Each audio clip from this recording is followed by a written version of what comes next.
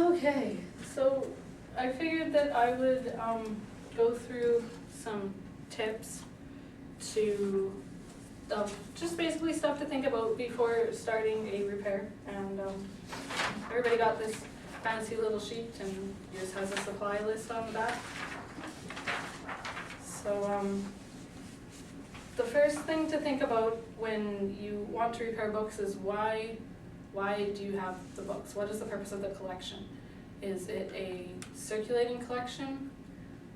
In which case the goal of repairing the books is to keep them in circulation for as long as possible. If it is a,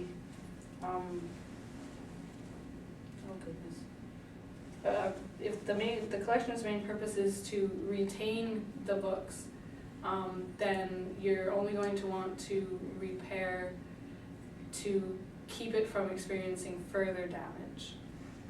For example, in the archives, if there's a page loose or whatnot, you just kind of tuck it back in and put it in a box so that it doesn't get any worse, because it's the value of the item as it is more important than the value as a circulating item. So you want to keep that in mind when you are coming across books to repair them, and for your own personal collection, it really comes down to can you, because the repair will not be perfect.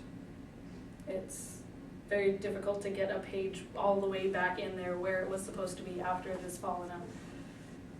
So it's basically a trade-off. If the book has sentimental value and you're okay with fixing it to keep it, for example, if it's a children's book and you want to read it to your grandkids because you read it to your kids, then you'd fix it as much as you can, but it's going to be a trade-off between, are you willing to fix it and deal with a little bit of visual damage, or are you just going to buy a new copy?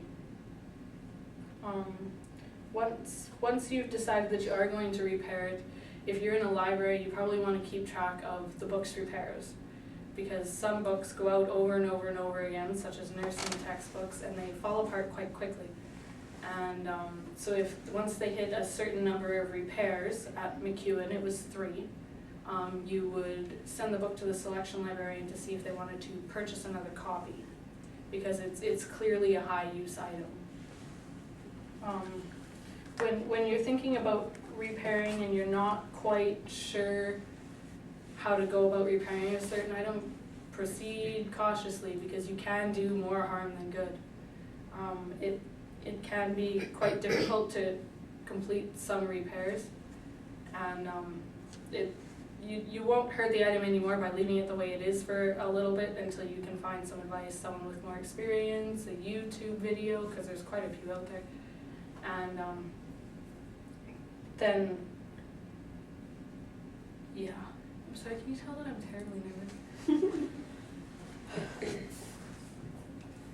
Once a book has reached the end of its life, consider keeping it as a weight, if it's a larger book, or as a guinea pig, if it's any sized book, really, because a guinea pig book that you don't really care about, such as this one that I picked up at Valley Village over the weekend for the purposes of destroying for this workshop, you can destroy it because it's a guinea pig. It's been discarded, or you've weeded it from your personal collection or whatnot, and it's really great to take it apart, and you can create damage and then try and repair it before you go on to repair a book that has a little bit more value.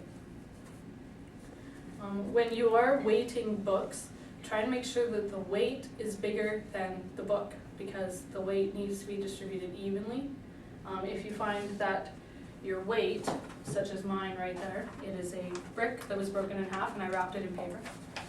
If you find that your weight is bigger than the book, what you can do is grab a chunk of wood. I should have done this earlier.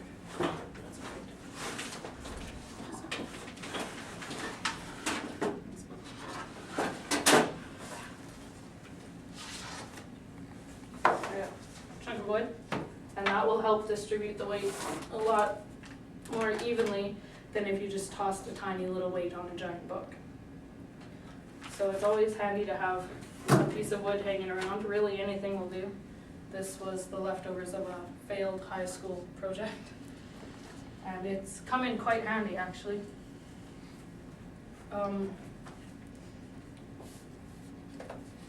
Ordering supplies can be tricky if you're not keeping track of what you've ordered in the past and what you've got currently in your supply cabinet. One of the best ways that I've found is to keep track of the item's catalog number from the supplier when you bring it in and open it. One of the things that I've done is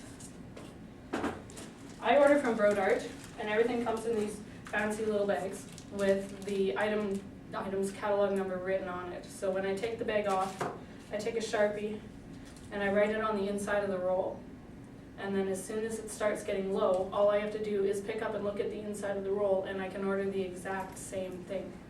You can write it on jars of glue, anything that you think will be used up and will need to be reordered. It's a really simple way of just keeping track of what you've used and what's worked well for you in the past. Another thing that you can do is write it on the repair list or on the supplies list. And then you'll know that, you know, for single stitch tape or 4-way hinge tape, depending on who you're asking, because everything has at least 3 names in the library. You'll know that that's the kind that's worked best for you in the past, because Brodart has about 8 different names for each kind of tape, and they sell them all under different catalog numbers. But they're good folks at Brodart. Brodart also has put out a handy little guide to book care and repair that you can order off of their website for free.